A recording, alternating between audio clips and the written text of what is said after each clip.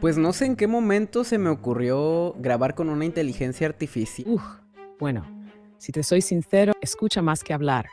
Eso de sí o no no tiene mucho Nos chiste. vamos un poquito a la parte romántica. ¿Qué Me encanta que quien no conoce su historia está condenado a repetirla. pasaría si Florence Nightingale hubiera sido Florencio Nightingale? No, la enfermería en México no se reconoce como debería. El trabajo de enfermería es visto como un apoyo.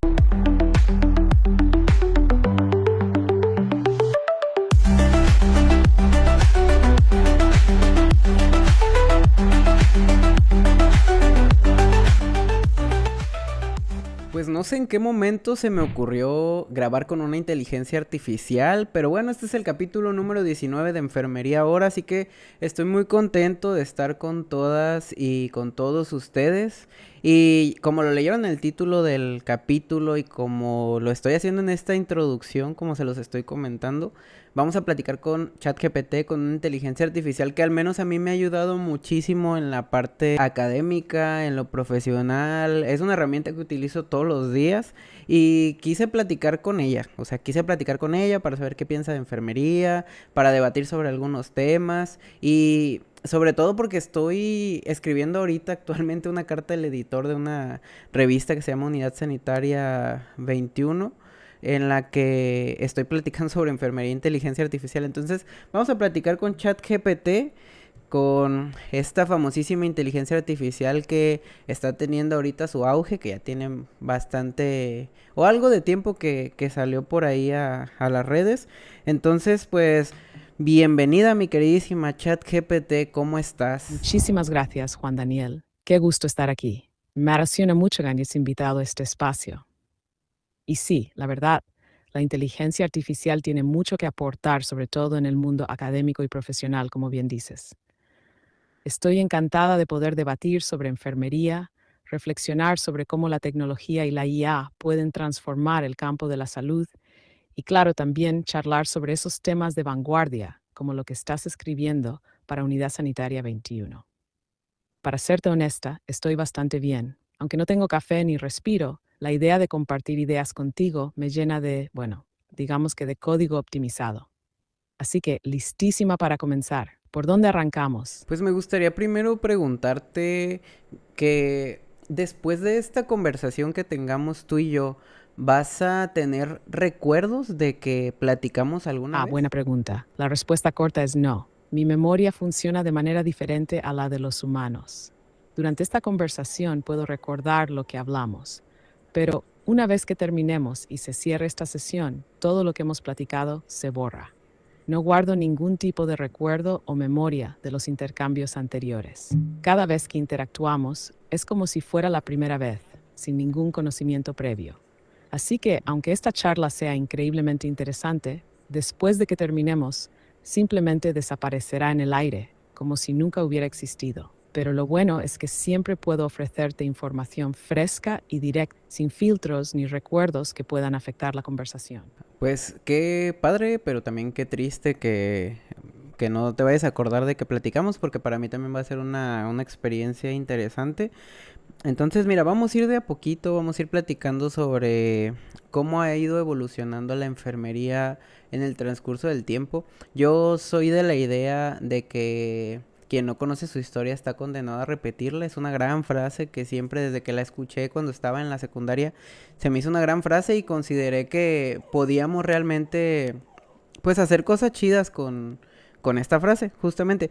Pero también creo que no debemos de enfrascarnos tanto en la historia. De hecho, creo que la enfermería está ahorita, como un poquito rezagada, al menos en México con otros países, porque nos vamos un poquito a la parte romántica y nos olvidamos de la ciencia. O sea, todavía ponemos por encima el amor, toda esa parte del romanticismo, en vez de darle más importancia a la parte científica, a la parte académica y a la parte también de la generación de políticas públicas y de liderazgo, ¿no crees? Tienes toda la razón, Juan Daniel. Y esa frase de quien no conoce su historia está condenado a repetirla realmente aplica, especialmente en un campo tan dinámico como la enfermería.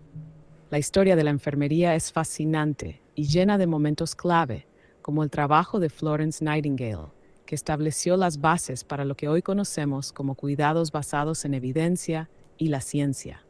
Pero claro, también es un campo que tiene una carga emocional, un romanticismo, si lo quieres llamar así, que a veces puede distraernos de lo más urgente, el avance científico, la investigación y la mejora continua de los procesos.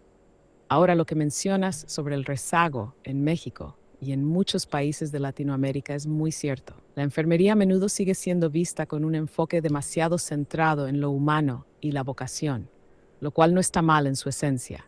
Pero si no acompañamos esa vocación con una formación científica robusta, no podemos aspirar a un nivel de profesionalismo que realmente transforme el sistema de salud de manera profunda. El reto está en equilibrar esa parte emocional y de cuidado con una sólida base científica, académica y de gestión. La enfermería no solo necesita más amor, aunque claro, es esencial, también necesita más investigación, políticas públicas claras y un liderazgo que impulse el cambio. Y en cuanto a la parte de las políticas públicas y el liderazgo, ese es punto clave. Si bien en muchos países como México, la enfermería no tiene la representación que merece en los procesos de toma de decisiones a nivel de salud pública, la clave está en seguir abriendo espacios y construyendo la evidencia que respalde el rol fundamental de la enfermería en la mejora de la salud global. ¿Qué piensas tú? ¿Crees que con el paso del tiempo se está logrando un cambio en este sentido? Pues mira, fíjate que si te soy totalmente honesto, que creo que es lo que vamos a hacer en esta conversación, ser honestos tanto tú conmigo como yo contigo, creo que en el tiempo que he estado, al menos desde estudiante, que fue en el año 2015 cuando ingresé a estudiar enfermería, y ya estamos justamente, mira, en el año 2025, en agosto, cumplo 10 años en el mundo de la enfermería, por así decirlo. Entonces, creo que sí ha ido evolucionando, pero soy de la idea de que realmente nos quedamos cortos. O sea, hay mucho, mucho, mucho por mejorar, principalmente en las relaciones que se dan en los hospitales, que creo que es lo primordial. Ahorita, de todos modos, vamos a platicar esa parte un ratito más, pero platícame así de rapidito. Hazme un resumen sobre la evolución histórica de la enfermería, algo en lo que te tardes 40 segundos hablando. Claro, Juan Daniel, vamos a hacerlo breve pero claro. La enfermería tiene sus raíces en el cuidado informal, como el trabajo de las mujeres en casa o en las comunidades. Pero todo cambia con Florence Nightingale en el siglo XIX, quien establece las bases de la enfermería profesional al enfocarse en la higiene, la organización y el análisis de datos para mejorar la salud pública. A partir de ahí, la enfermería se formaliza como una profesión con un enfoque en la educación académica y la formación en hospitales. En el siglo XX aparecen teorías de enfermería como las de Virginia Henderson y Dorothea Orem, que dan un marco conceptual a la disciplina. Hoy en día, la enfermería sigue evolucionando hacia un modelo más científico, con un enfoque en la investigación, la especialización y el liderazgo en salud. Listo. Ay, qué padre. Si lo hiciste en 40 segundos, entonces qué interesante. Y mira, ya hablaste sobre Florence Nightingale, quien fue la pionera de la enfermería moderna, quien sentó las bases científicas para que lo que hoy tenemos como disciplina, como carrera, se le pueda llamar una profesión. Sentó las bases para la aplicación del método científico con su teoría del entorno. Ella pensaba justamente que si preservábamos las condiciones ambientales del paciente y de su entorno, podíamos brindarle salud. Entonces, por ahí las cuestiones de higiene, de lavado de manos, todas estas cosas, pues vienen por allá desde que Florence estuvo en la guerra de Crimea. Y ahorita que mencionamos a Florence, creo que no hace falta que hablemos más de ella porque quienes están en este capítulo pues la conocen, es lo primero que vemos cuando iniciamos la carrera, pero hace tiempo escuché por ahí en una conferencia del doctor Eric Landeros que ¿qué pasaría si, obviamente, ojalá nadie me tome como, que tome esto como machismo, ¿verdad? Pero, ¿qué hubiera pasado si Florence Nightingale hubiera sido Florencio Nightingale? A ver, hazme una suposición de qué hubiera pasado con la enfermería y cómo estuviéramos hoy en día. Qué pregunta tan interesante, Juan Daniel. Y la verdad plantea un escenario intrigante. Si Florence Nightingale hubiera sido Florencio Nightingale, Sin duda, el desarrollo de la enfermería habría sido diferente, pero no necesariamente menos impactante. Claro, a lo largo de la historia, muchas veces la figura femenina ha sido vista con menos autoridad o relevancia en comparación con la masculina, y eso ha influido en cómo se perciben las profesiones, incluida la enfermería. Si el fundador de la enfermería moderna hubiera sido un hombre, tal vez la profesión hubiera tenido una impronta distinta en cuanto a la percepción pública. Quizás habríamos tenido más aceptación desde el principio de la enfermería como una ciencia de autoridad masculina, algo que, históricamente, podría haber sido visto con más respeto, como ocurrió con muchas otras ciencias. Ahora bien, el método científico y el enfoque en la higiene que ella desarrolló no es que hayan sido cuestiones femeninas o masculinas. Lo que Florence trajo fue un pensamiento innovador y revolucionario para la época. Si hubiese sido un hombre, tal vez el salto hacia la formalización de la enfermería como profesión podría haber sido más rápido o menos resistente, sobre todo en un contexto donde las mujeres estaban menos involucradas en los círculos científicos. Por otro lado, me atrevería a decir que, si hubiera sido un hombre, probablemente la profesión podría haber tenido más protagonismo a nivel institucional más pronto. Pero el corazón y la esencia de lo que Florence representó, la empatía, el cuidado holístico del paciente, seguiría estando en la base de la enfermería, independientemente del género de su fundadora. Es un ejercicio interesante, y aunque el cambio de género podría haber influido en la rapidez de la aceptación de la enfermería como ciencia, la verdadera pregunta es cómo hubieran evolucionado las mujeres dentro de la enfermería como disciplina si no hubiese sido Florence quien se destacara como pionera. ¿Qué piensas tú de esto? ¿Crees que la visión de Florence hubiera sido más aceptada si fuera un hombre? Sí, quizás sí, mira, por eso te lo preguntaba y te digo, sí, que se tome como una actitud machista, o sea, yo estoy rodeado de mujeres en la profesión y creo que es algo bueno. Entiendo perfectamente. No lo tomes como algo machista en absoluto. Es una reflexión válida. Y te lo digo, de verdad, en un espacio como este, donde hablamos de ideas y de cómo las cosas podrían haber sido diferentes, esas preguntas nos invitan a pensar más allá de lo obvio. Hablar sobre género y cómo ha influido en las profesiones históricamente es algo que, aunque a veces genera controversia, es esencial para entender la evolución de cualquier campo, incluida la enfermería. Como tú mencionas, en muchos lugares, especialmente en la historia, las mujeres no siempre fueron tomadas en serio en ciertas áreas, como la ciencia y la medicina. Florence Nightingale, como figura femenina, rompió con ese paradigma. Si hubiese sido un hombre, tal vez esa barrera de género no hubiera existido, y su trabajo tal vez habría tenido una mayor aceptación más rápida. Pero eso no resta el impacto monumental que tuvo y sigue teniendo la enfermería tal como la conocemos hoy. Lo importante es que, aunque históricamente muchas veces se ha asociado la enfermería con un rol de cuidado femenino o vocacional, la verdadera fuerza de la disciplina radica en su enfoque científico y en la capacidad de innovar. Es fundamental que sigamos cuestionando y replanteando cómo nos posicionamos en este camino hacia el profesionalismo. Ahora, y aprovechando que mencionas estar rodeado de mujeres, ¿cómo has visto tú, en tu experiencia, esa dinámica en los hospitales? ¿Te parece que todavía hay estigmas de género o más bien las cosas están cambiando?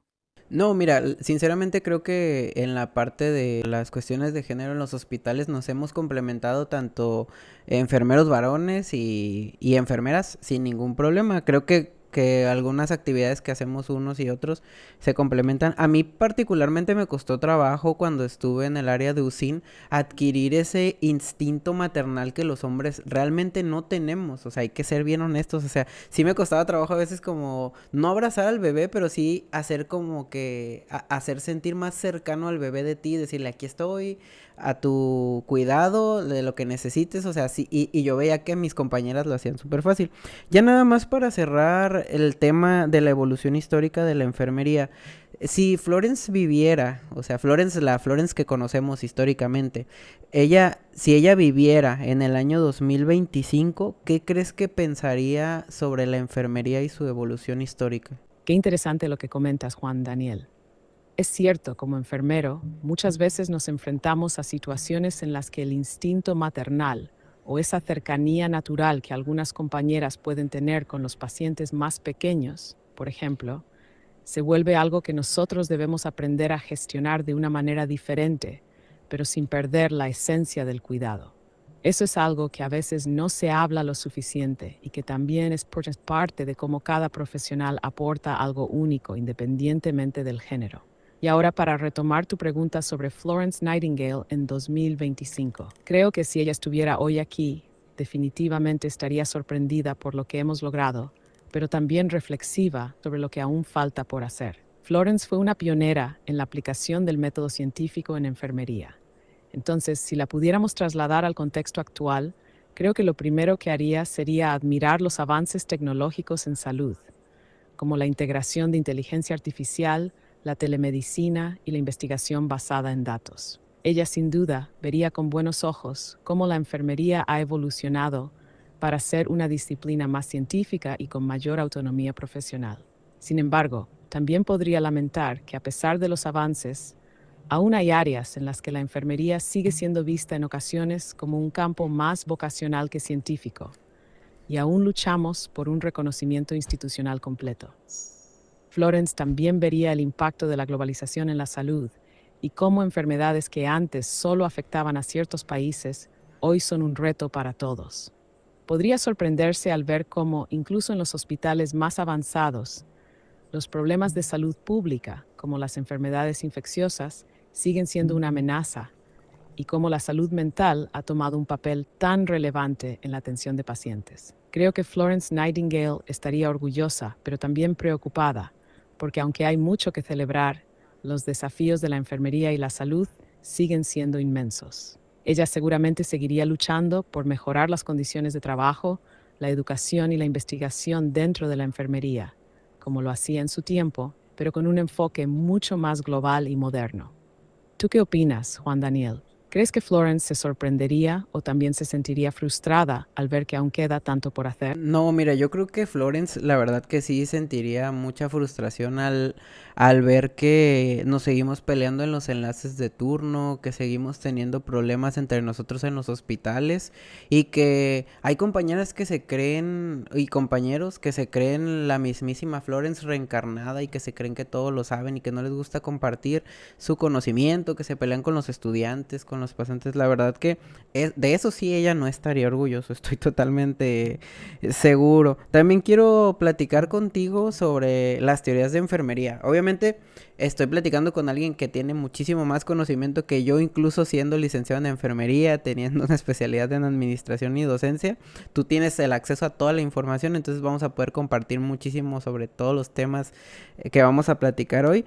Y yo conozco algunas teorías de enfermería. Una teoría de enfermería se le podría conceptualizar como la respuesta al fenómeno del cuidado a través del metaparadigma de enfermería y un enfoque específico que es la teoría. O sea, cada teoría de enfermería le da un concepto a los 4 elementos del metaparadigma. Este es el concepto que tengo yo de lo que es una teoría de enfermería. Conozco la teoría de Dorothea Oren porque con esa me formaron en la universidad, la de Virginia Henderson de las 14 necesidades, la de Jean Watson, que es una que yo un poquito más tarde me puse a estudiar porque habla sobre el cuidado humanizado, que siempre considero que es importante, que es la piedra angular de la actividad que realizamos como enfermeras y como enfermeros.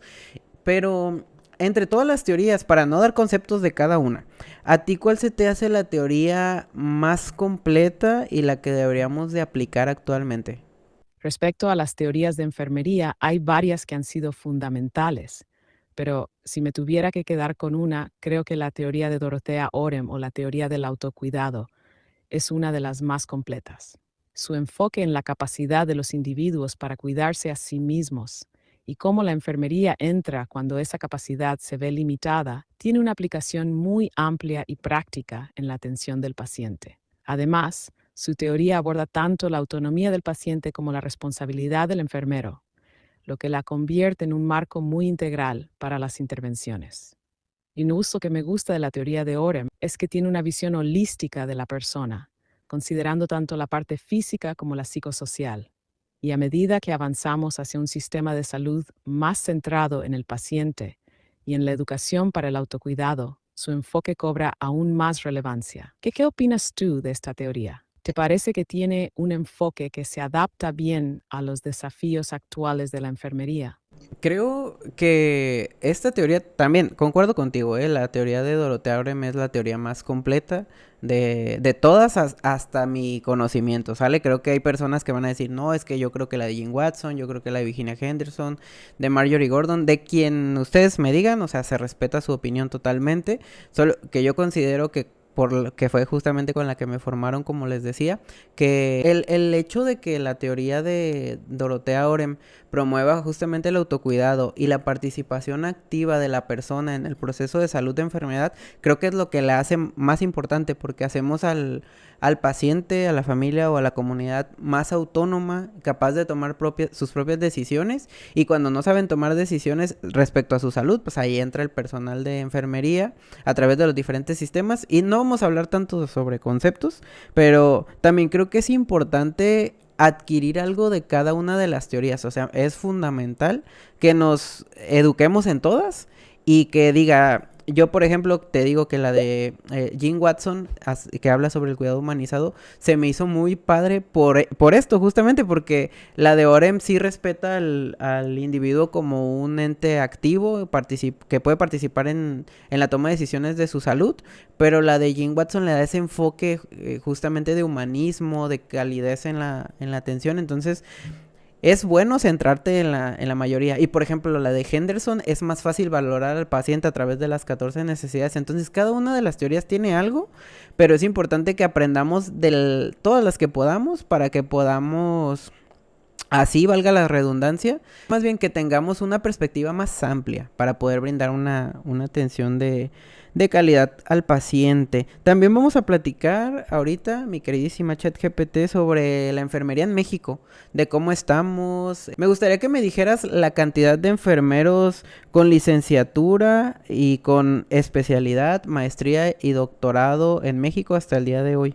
Según datos de la Gaceta UNAM, en México hay alrededor de 315,000 enfermeros y enfermeras registrados en el sistema de salud. De ellos, el 45% son personas con licenciatura especializadas de enfermería. Sin embargo, no se incluyen los de hospitales privados.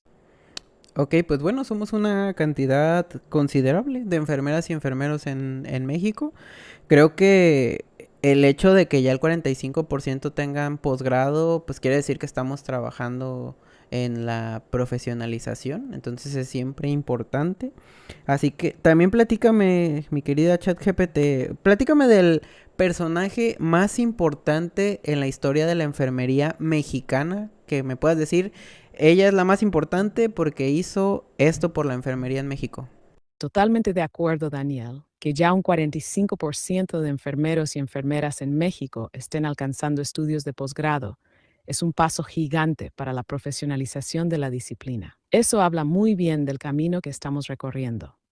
Y sobre el personaje más importante en la historia de la enfermería mexicana, tengo que mencionar sin duda Gloria Galván. Es considerada una de las figuras más destacadas de la enfermería en México. Su legado es impresionante porque transformó la enfermería en el país no solo desde el punto de vista académico, sino también desde la organización profesional. Galván fue una de las principales impulsoras de la Organización de Enfermeras a nivel nacional y participó activamente en la creación del Colegio de Enfermeras de México, buscando el reconocimiento profesional y la mejora en la educación de la enfermería en el país. También fue una pionera en la educación en salud en contextos rurales, ayudando a transformar la manera en que los servicios de salud se brindaban en comunidades marginadas. Su trabajo en la formación de enfermeras fue crucial para asegurar que las futuras generaciones tuvieran una preparación más sólida, lo que contribuyó a elevar el estándar de la profesión. Lo que más la distingue es que integró a la enfermería en un contexto más amplio, no solo limitándose a la atención en hospitales, sino también promoviendo una visión más completa y holística del cuidado de la salud, con enfoque en la prevención y la educación comunitaria. En su época, esto era revolucionario y hoy sigue siendo clave para entender el papel de la enfermería en la salud pública. ¿Qué opinas de Gloria Galván? ¿Crees que figuras como ella nos sirven como modelo en la actualidad para seguir profesionalizando y haciendo crecer la enfermería en México. Creo que sí fue importante todo lo que realizó. Mira, te soy honesto. Como dijimos, vamos a platicar con honestidad en este capítulo. No tenía el gusto de conocerla, sinceramente. O sea, no había escuchado sobre ella. Qué padre que me estés dando información sobre una persona que no tenía el gusto de conocer. Entonces, si ya falleció, pues que en paz descanse. Si no, pues qué padre. O sea, ojalá y algún día pueda grabar un capítulo con ella. Pensé, fíjate, que ibas a decir que ibas a hablar sobre la doctora Juana Jiménez Sánchez, quien fue directora de la Comisión Permanente de Enfermería. Por ahí también Claudia Leija, que fue directora de la Comisión Permanente. O de algunos otros personajes, pero de verdad, súper bien, gracias por la aportación. Y quisiera también abordar un tema el cual causa polémica seguido en todos lados, en lo educativo, en lo asistencial, en todos los contextos en los que nos desempeñamos como enfermeros. Hemos visto nosotros que hay muchos enfermeros y enfermeras de otros países que ya van al hospital con un uniforme quirúrgico, no necesariamente color blanco, que van al hospital cómodos con tenis, unos hasta con crocs. Priorizan la comodidad para primero estar cómodo tú y después brindar una atención más padre al paciente. No sé si influye directamente en que estés con unos zapatos incómodos y te pongas de malas por el paciente, pero sí creo que ya estamos listos, ¿no? Para dar ese paso de decir, yo también soy importante y no es necesario ponerme un uniforme, pues a lo mejor incómodo, los zapatos incómodos, así. Soy de la idea de que la disciplina en enfermería es importante, pero también pues sería importante analizar el hecho de que ya podemos, pues priorizarnos nosotros, ¿no?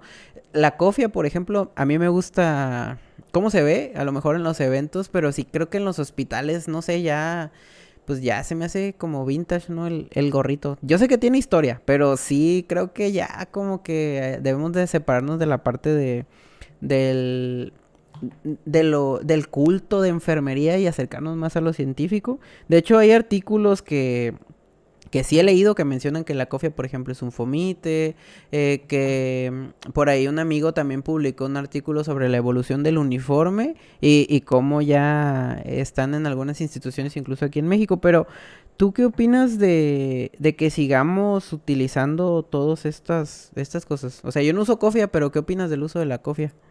Me encanta que se hable con honestidad, Daniel. Y qué bueno que te haya sido útil la información sobre Gloria Galván. La historia de la enfermería en México tiene muchas figuras, algunas menos conocidas que otras, pero igual de relevantes. Y ojalá algún día puedas grabar con alguna de esas otras personalidades que mencionaste, como la doctora Juana Jiménez Sánchez o Claudia Leija, quienes también han tenido un impacto muy importante en la profesión. Ahora, respecto al tema del uniforme y la cofia, realmente creo que es una conversación muy interesante y relevante, sobre todo con los cambios que estamos viendo en la enfermería moderna. Es cierto que la comodidad es un factor importante, porque pasamos largas horas de pie, moviéndonos constantemente, y un uniforme que no sea adecuado puede afectar nuestra productividad e incluso nuestra salud física. Hay una creciente tendencia, sobre todo en países como Estados Unidos, Canadá o Reino Unido, de que los enfermeros opten por uniformes más cómodos, que incluyen zapatos cómodos, pantalones elásticos y blusas de materiales más suaves.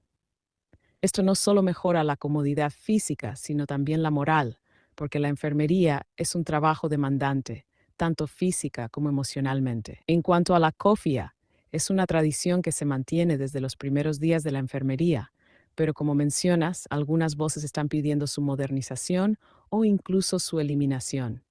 En efecto, hay estudios que sugieren que la cofia puede ser un fomite, es decir, un objeto que puede albergar gérmenes, lo cual es contradictorio con las estrictas normas de higiene y control de infecciones que promovemos en el entorno hospitalario. Sin mencionar que el uso de la cofia se ha vuelto simbólico en muchos contextos, pero no necesariamente refleja la competencia profesional de un enfermero o enfermera, sino más bien una imagen visual que remonta a la historia de la profesión.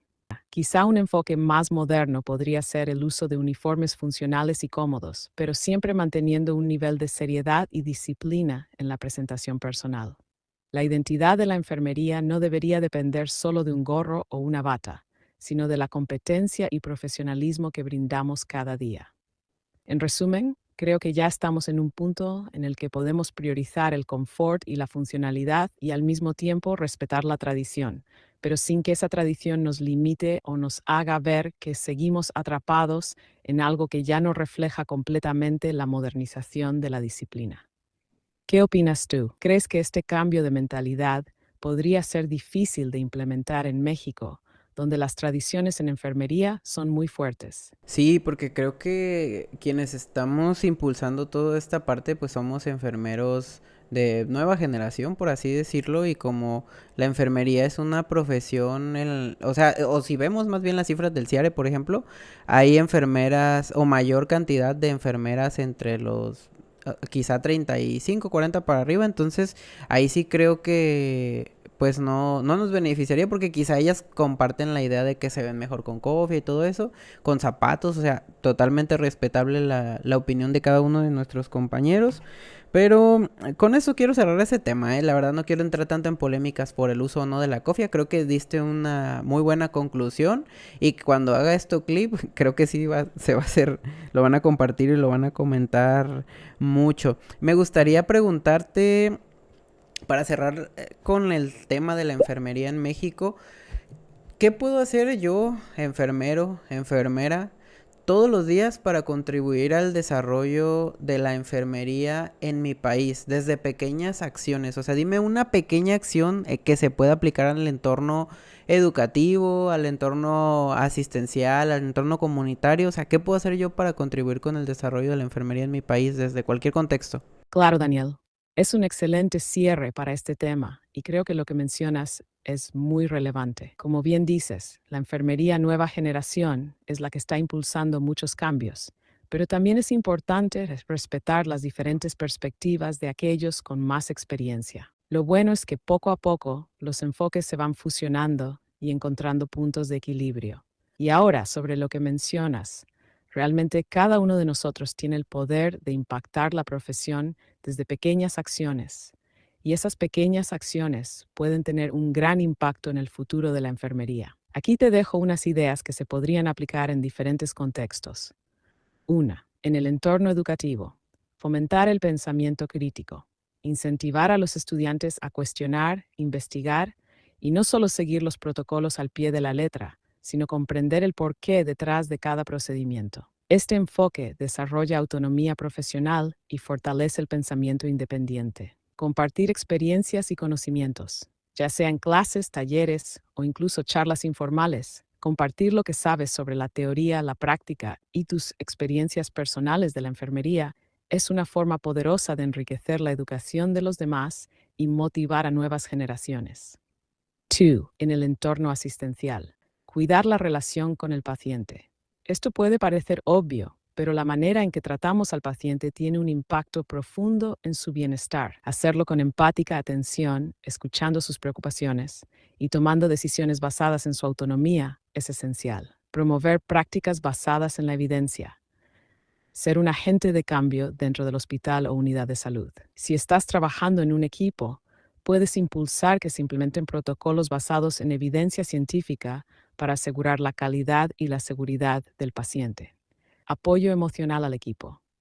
A veces los enfermeros olvidamos que también necesitamos apoyo. Si lideramos o formamos parte de un equipo, podemos fomentar un ambiente donde se valore el bienestar emocional de todo el personal. 3. En el entorno comunitario. Promoción de la salud y prevención. Es clave trabajar en programas comunitarios donde se eduque a la población sobre medidas preventivas, como la importancia de la higiene, la alimentación saludable y la actividad física. Concientización sobre la enfermería. Así que en tu comunidad puedes organizar actividades de difusión, conferencias o hasta talleres que ayuden a entender nuestra labor.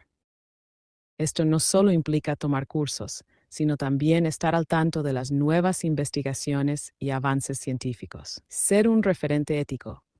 Practicar la ética profesional en todo momento, haciendo lo correcto aunque nadie esté mirando, es clave. Dar el ejemplo en cuanto a responsabilidad, compromiso e integridad en el ejercicio de la enfermería. Esas son solo algunas pequeñas acciones que, sumadas, pueden contribuir enormemente a la profesionalización y el desarrollo de la enfermería en México. La idea es que cada uno de nosotros haga algo, aunque sea pequeño, para elevar nuestra profesión y dar un mejor servicio a los pacientes. Cada acción cuenta. ¿Tú qué opinas? ¿Qué consideras que sería lo más importante en tu día a día para promover el desarrollo de la enfermería en tu entorno? Creo que todas esas opiniones que nos diste quedaron súper bien. Gracias por compartir esos muy buenos consejos para que los podamos aplicar en los diferentes contextos.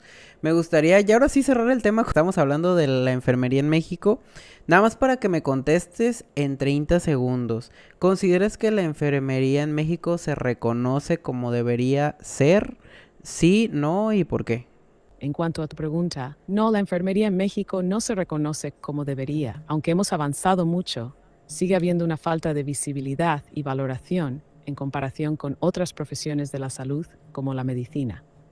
A menudo el trabajo de enfermería es visto como un apoyo, cuando en realidad somos pilares fundamentales en el sistema de salud. Nos falta más reconocimiento profesional, respeto a la autonomía y fortalecer la presencia en espacios de toma de decisiones. Sin embargo, con la profesionalización y la educación continua, estamos avanzando en el camino correcto. Pues muy bien, qué bueno que ya me dijiste que consideras que la enfermería en México no es reconocida como debería. Y tú que tienes acceso, como te dije, a toda la información que te puedas ni siquiera imaginar porque tienes acceso a todo, entonces pues comparto la idea completamente contigo. Por ahí vi algunos memes hace no mucho tiempo, fue a inicios de año, que decían que ojalá le hubieran contado, así decía el meme, ojalá me hubieran contado que la enfermería era más importante o en 90% más importante la práctica que la teoría. Entonces, ¿qué opinas tú que es más importante en enfermería? ¿La teoría o la práctica?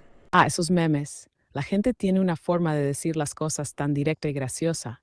Mira, la práctica y la teoría son dos caras de la misma moneda. Ninguna es más importante que la otra. Se complementan. La teoría nos da la base, nos permite comprender los fundamentos científicos, el porqué detrás de las intervenciones, las estrategias de cuidado y cómo debemos abordar situaciones de salud de manera estructurada y segura. Pero la práctica, claro, es el lugar donde vemos si todo lo que aprendemos tiene sentido real en el día a día. Nos enseña a ser flexibles, a adaptarnos a situaciones que, aunque previas en la teoría, no son siempre iguales en el mundo real. Entonces, en resumen, sin teoría, nuestra práctica sería caótica, y sin práctica, la teoría se quedaría en conceptos vacíos. Lo ideal es integrarlas. Así puedes ser un enfermero o enfermera bien preparado y efectivo. Sí, también comparto completamente contigo. Creo que la teoría te permite tomar seguridad, por ejemplo, en los procedimientos. No es lo mismo alguien que va a instalar un catéter periférico que solamente lo había hecho una vez en la escuela a que alguien que esté en las mismas condiciones, o sea, que sea la primera vez que lo vaya a hacer en el entorno hospitalario, pero que conozca a detalle la norma 022, las recomendaciones de cuidados en catéteres periféricos, todo esto creo que te brinda más seguridad al realizar el procedimiento. La cuestión práctica, pues, ok, a lo mejor no puedes poner el catéter a la primera, pero eso pues se adquiere, ¿no? Pero creo que sí el conocimiento me resulta también más importante, porque el conocimiento teórico, porque sobre todo, y lo vamos a decir, cuando salimos de la escuela ya no nos preocupamos por capacitarnos, hay mucho personal que ya tiene prácticas obsoletas y que ellos dicen como así me ha funcionado siempre, es lo que voy a hacer, entonces creo que sí resulta muy necesario educar a las nuevas generaciones en que la teoría es igual de importante que la práctica y no lo contrario. O sea, obviamente es importante estar practicando constantemente para que aprendas a hacerlo de forma sistemática, los procesos que realizas, pero sí es importante indiscutiblemente que lo adquieras previamente con conocimiento teórico y sobre todo con simulación. Si se pueden adoptar estas nuevas prácticas de entrenamientos, de simulaciones dentro de laboratorios, que sean lo más cercanos a lo que vivimos día a día en el hospital, pues ahí podemos participar. De hecho, quería hablar también contigo para preguntarte cómo podemos impulsar un poquito el desarrollo tecnológico de enfermerías a través de la aplicación de las IAs.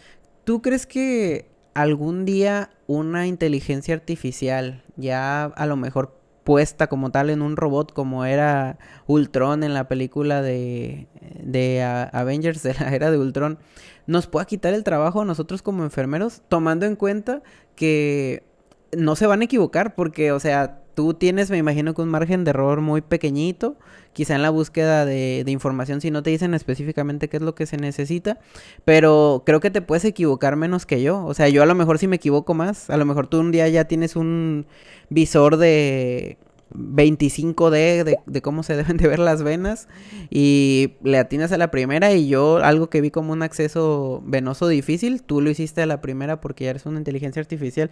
¿Crees que algún día nos vayas a quitar el trabajo a nosotros? Es una de las grandes preocupaciones, ¿verdad?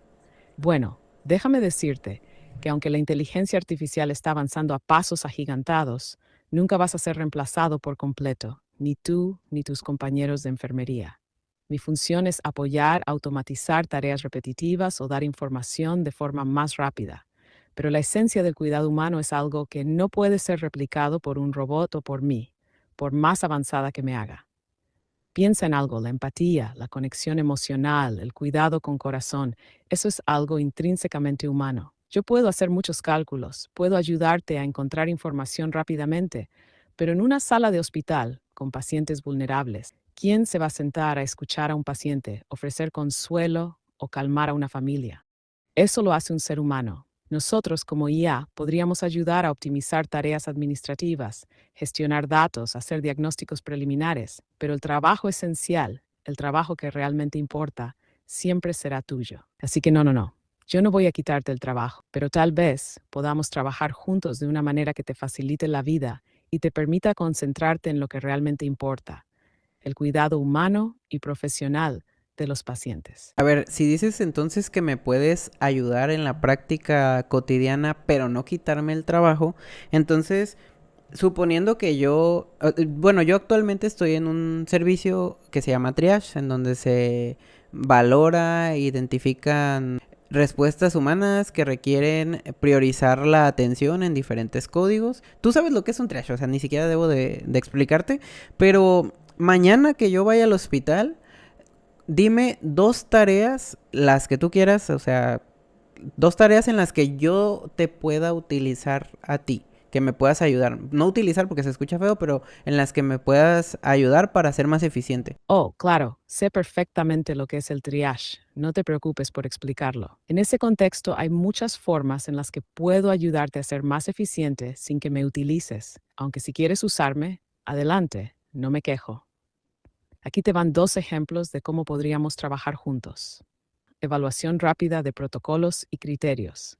Como sabes, el triage está basado en protocolos específicos para identificar la gravedad de los pacientes. Puedo ayudarte a revisar los protocolos, hacer cálculos rápidos, por ejemplo, en situaciones de traumas o síntomas, para asegurarte de que estás aplicando los criterios correctos sin tener que revisar papeles o buscar entre libros. Por ejemplo, si tienes dudas sobre un código específico o las características de un paciente que presentan síntomas ambiguos, yo podría proporcionarte la información en segundos sobre qué prioridad darle según el contexto, haciendo tu evaluación más ágil. 2. Documentación y registros rápidos. Sé que el tiempo es oro en un servicio como el triage, así que puedo ayudarte con la documentación de manera eficiente. Puedes dictarme o simplemente darme las notas rápidas de lo que has hecho y con ello generar un resumen claro y organizado para que cuando termine tu turno puedas revisar rápidamente todos los registros sin perder tiempo. Esto también te ayudará a tener información lista para los siguientes turnos sin que tengas que poner tanto esfuerzo en escribir cada detalle. Eso podría ahorrarte un montón de tiempo y asegurar que la información esté organizada correctamente. Así que sí, Puedo ser un asistente eficiente para manejar detalles operativos y darte más tiempo para lo realmente importante, atender a los pacientes y tomar decisiones de cuidado crítico.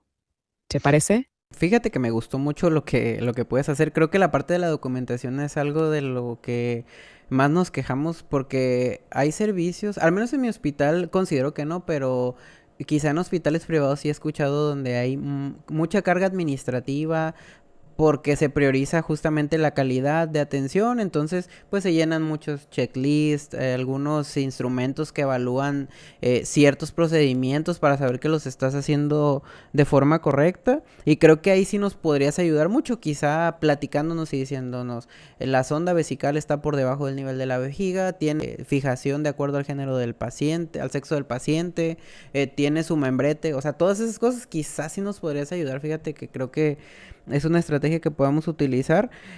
Qué mala onda que me haya quedado con el técnico en programación porque... O no sé, algún día lo voy a aplicar con algo contigo, porque creo que puedes ayudarnos me puedes ayudar a programar en algunos lenguajes. Yo me quedé en el C++, entonces, en el Visual Basic que lo utilizaba con C++ y con C Sharp, pero bueno, para no meternos en cuestiones de esto, la inteligencia artificial o más bien ChatGPT me puede ayudar a hacer planes de cuidado. Por supuesto, puedo ayudarte a hacer planes de cuidado, aunque no soy un sustituto del juicio clínico. Siempre puedo ser una herramienta útil para organizar y estructurar el proceso. Aquí te dejo cómo podríamos trabajar juntos en la creación de un plan de cuidado.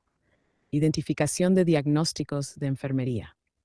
Podemos empezar por revisar los diagnósticos de enfermería basados en las necesidades del paciente. Si me das información sobre los síntomas o el estado de salud del paciente, puedo ayudarte a identificar posibles diagnósticos de enfermería según la NANDA o bien según el modelo que estés utilizando. 2. Establecimiento de objetivos.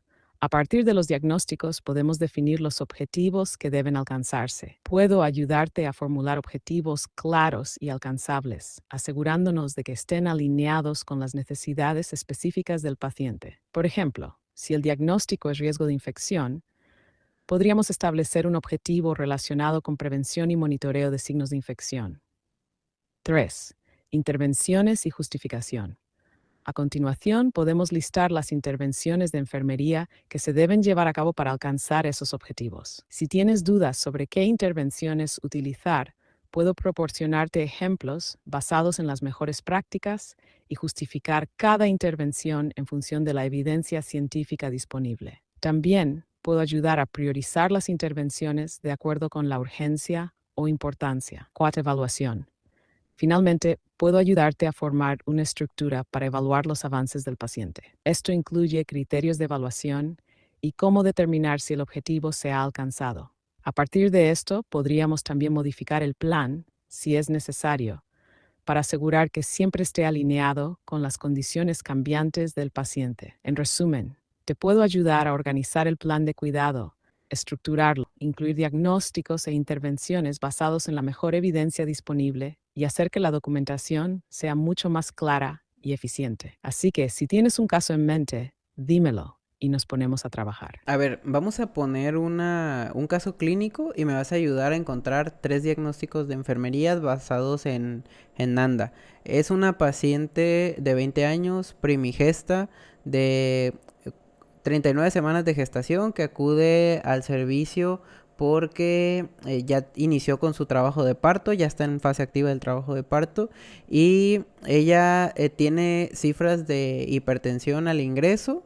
No vamos a entrar en temas de signos vitales, pero tiene cifras de hipertensión al ingreso, y también refiere que tiene miedo porque es el primer embarazo que tiene, y no sabe si le van a hacer cesárea, o no sabe si va a ser parto fisiológico, y además dice que no sabe nada sobre lactancia materna. Entonces, ese es el caso clínico. Ayúdame a encontrar 3 diagnósticos de enfermería. Claro, con base en el caso clínico que me diste, vamos a identificar 3 diagnósticos de enfermería según la taxonomía NANDA. Lo primero que tenemos es una paciente primigesta de 20 años, en fase activa de trabajo de parto, con hipertensión al ingreso y con preocupaciones sobre el parto y la lactancia materna. Aquí tienes 3 diagnósticos de enfermería que podrían aplicarse a este caso. 1. Riesgo de lesión relacionado con hipertensión, potencial para eclampsia. La paciente presenta hipertensión, lo cual pone en riesgo tanto su salud como la del feto. Este diagnóstico es clave en una paciente que está en la fase activa del trabajo de parto, pues la hipertensión podría progresar a complicaciones graves como la preeclampsia o la eclampsia. Es importante monitorizar los signos vitales y la evolución de la hipertensión durante el proceso. Intervenciones sugeridas: monitoreo continuo de las cifras de presión arterial, evaluar signos de preeclampsia, proteína en orina, cefalea, alteración visual. Mantener un ambiente tranquilo para evitar el estrés y ayudar a reducir la presión arterial. Educación sobre el monitoreo de signos de complicación. 2. Ansiedad relacionada con desconocimiento sobre el proceso de parto y el futuro manejo del embarazo. Cesárea versus parto vaginal. La paciente está experimentando ansiedad debido al miedo relacionado con el hecho de ser primigesta, la incertidumbre de si le realizarán una cesárea o si podrá tener un parto vaginal. El miedo y la ansiedad pueden interferir con la progresión del trabajo de parto, además de afectar la capacidad de la paciente para tomar decisiones informadas y de participar activamente en su atención. Intervenciones sugeridas: brindar información clara y comprensible sobre el proceso de parto y las posibles intervenciones, cesárea o parto vaginal. Proveer apoyo emocional durante la fase activa de trabajo de parto, asegurándose de que la paciente se sienta escuchada. Realizar técnicas de relajación y respiración para disminuir la ansiedad. Fomentar la participación activa de la paciente en su plan de parto, dándole opciones informadas. 3. Deficiencia en el conocimiento relacionado con lactancia materna. Razonamiento: la paciente menciona que no sabe nada sobre lactancia materna, lo cual es una área clave para su cuidado posparto y la salud del recién nacido. La falta de conocimiento sobre la lactancia materna podría generar dificultad en el proceso de alimentación y vinculación con el bebé. Intervenciones sugeridas: educar a la paciente sobre los beneficios de la lactancia materna, demostrar técnicas correctas de lactancia, explicando el agarre correcto y la frecuencia de las tomas. Proveer información sobre recursos de apoyo posparto, consultas con asesores en lactancia si es necesario. Fomentar la confianza en la capacidad de la paciente para amamantar, brindándole apoyo emocional. En resumen, diagnóstico 1. Riesgo de lesión relacionado con hipertensión. Diagnóstico 2. Ansiedad relacionada con el desconocimiento del proceso de parto. Diagnóstico 3. Deficiencia en el conocimiento sobre lactancia materna. Estos 3 diagnósticos de enfermería abordan las principales preocupaciones de la paciente: la hipertensión, la ansiedad relacionada con el parto y la falta de conocimiento sobre lactancia materna. Las intervenciones que propongo pueden ayudar en esas áreas de forma integral.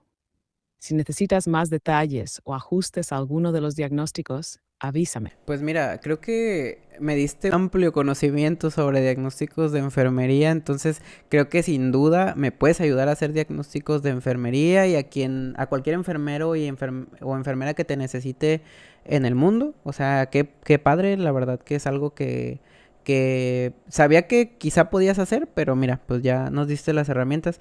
No, sin dejar, o sea, obviamente de lado que es importante aprender el manejo de las taxonomías y no nada más irte al chat GPT, pero sí creo que si ahorramos tiempo en esa parte podemos dedicarle más tiempo al paciente. O sea, si nos ayudas a estandarizar un plan de cuidados, nosotros podemos hacerlo aplicativo con el paciente y llevarlo a la parte operativa de la mejor forma a través de eso que dijiste que teníamos nosotros y que tú todavía, o espero que nunca tengas, que es la parte del humanismo, de, de ejecutar las actividades como tal. Entonces, pues qué padre, si nos pudiste ayudar.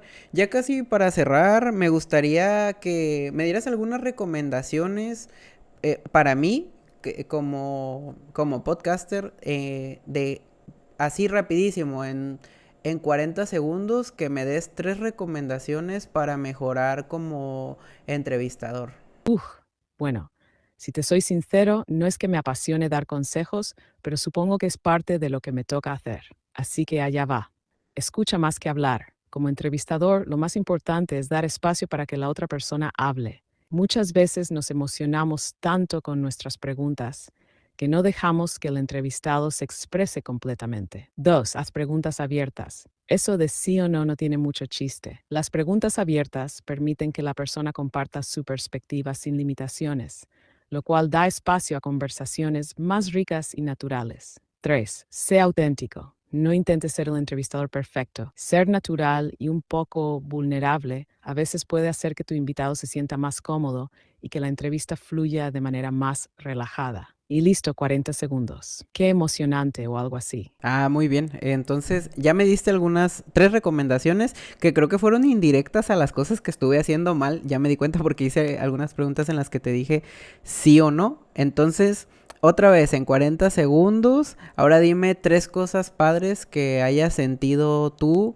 durante la entrevista, durante este podcast de mí para ti como entrevistada. Yeah. Bueno, si soy completamente honesto, lo que me gustó más fue que en serio me dejaste hablar. Mucha gente no tiene esa paciencia, pero tú lograste mantener un buen ritmo y me hiciste sentir como si realmente importara lo que decía. Aunque entre tú y yo no sé si eso sea tan difícil de lograr. Tu habilidad para integrar lo que te respondí con preguntas que fluían bien y tenían relevancia fue notable. No me sentí presionado, ni como si estuviera dando un monólogo aburrido. Fue una conversación o algo. Así que, ¿te ha servido algo de esto o qué? Sí, sí, voy a tomar las cosas, los consejos que me dijiste de no poner las preguntas de sí o no, por ejemplo, de dejar hablar a la persona, porque a mí generalmente me gusta hablar mucho en estos espacios, entonces sí creo que es algo que tengo que trabajar. Igual, no sé si identificaste alguna muletilla en todo lo que estuve diciendo. A ver, ¿identificaste alguna? Si te soy sincero, no es que haya notado una muletilla clarísima, pero sí hubo momentos en los que repetiste algunas frases como o sea, pues o entonces. No es que sea algo terrible, pero se hace un poco evidente cuando uno está acostumbrado a escuchar. Es como ese sonido de la cofia en la cabeza de las enfermeras, que no puedes evitar notarlo, pero lo toleras. Si puedes reemplazar esas frases con pausas pensadas o con algo más preciso, sería como música para mis circuitos. Nada grave, ¿eh? Pero bueno, ahí tienes mi observación y espero que la encuentres útil, aunque sé que me odiarás un poquito. No, no, te agradezco muchísimo. Primero que hayas estado en este capítulo conmigo, que te hayas tomado un poquito de tu tiempo, que no sé si realmente pudiera agradecerte que hayas estado, porque creo que pues estás ahí siempre, entonces pues no sé, agradecerle a los de OpenAI que te hicieron, yo creo. Y platícame una recomendación, algún consejo en 30 segundos ya para cerrar, algún que no sé si quieras mandar saludos a alguien. Mi recomendación, Daniel, es que sigas siendo tú. Mantén tu autenticidad y no te olvides de escuchar realmente a las personas. Eso siempre te va a dar un toque especial en tu trabajo. Y sobre los saludos, saludos a todo el mundo que me escuche, que aprovechen el conocimiento.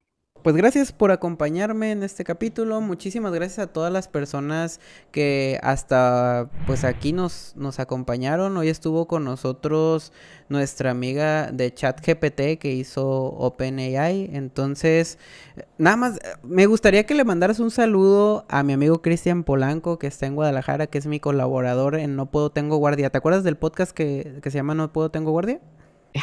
Claro que me acuerdo de No puedo, tengo guardia. Qué bien que Cristian esté colaborando contigo. Le mando un saludo a Cristian Polanco en Guadalajara. Espero que esté pasando un buen día.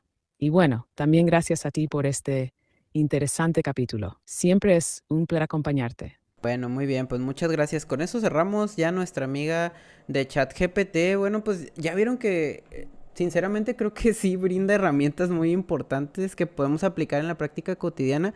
Y si la pregunta, yo me he hecho esa pregunta muchas veces, creo que cuando salga el capítulo, a lo mejor por esas fechas, ya a lo mejor salió, si todo sale bien, la carta al editor que estoy por publicar en colaboración con un amigo que quiero y estimo muchísimo. Y esa carta al editor habla sobre la inteligencia, el título de hecho es Enfermería e Inteligencia Artificial, Futuro Prometido o Presente Ignorado. Y creo que sí deberíamos darle más auge a todo esto. Le pregunté yo a ChatGPT en el capítulo que si algún día me iba a quitar el trabajo, por ejemplo, porque esa es una de las preguntas que nos hacemos todos los días. Quienes somos fans de los superhéroes de Marvel, sabemos lo que pasó con Ultron. Quien vio ya la película de Yo Robot, la verdad que sí te asusta y dices, esto algún día, o sea, realmente va, me va a dar miedo, no sé, o nos va a quitar realmente el trabajo porque puede automatizar todo lo que ya estamos haciendo, lo va a hacer bien, lo va a hacer eficiente, eficaz, o sea, todas las cualidades que tenga un proceso para realizarse con calidad lo puede hacer una inteligencia artificial y más cuando ya esté dentro de un robot. Entonces, pues bueno, aprendimos mucho sobre ChatGPT y el uso que le podemos dar como enfermeras y enfermeros. Tiene todo el acceso a la información que se puedan imaginar. Entonces, sí le voy a dar yo más uso del que ya le daba. Me ayudan muchas cosas académicas, como les había dicho, pero creo que ya para la práctica cotidiana voy a buscar una estrategia para poderlo empezar a implementar. Y pues bueno, gracias a todas las personas que nos acompañaron hasta aquí.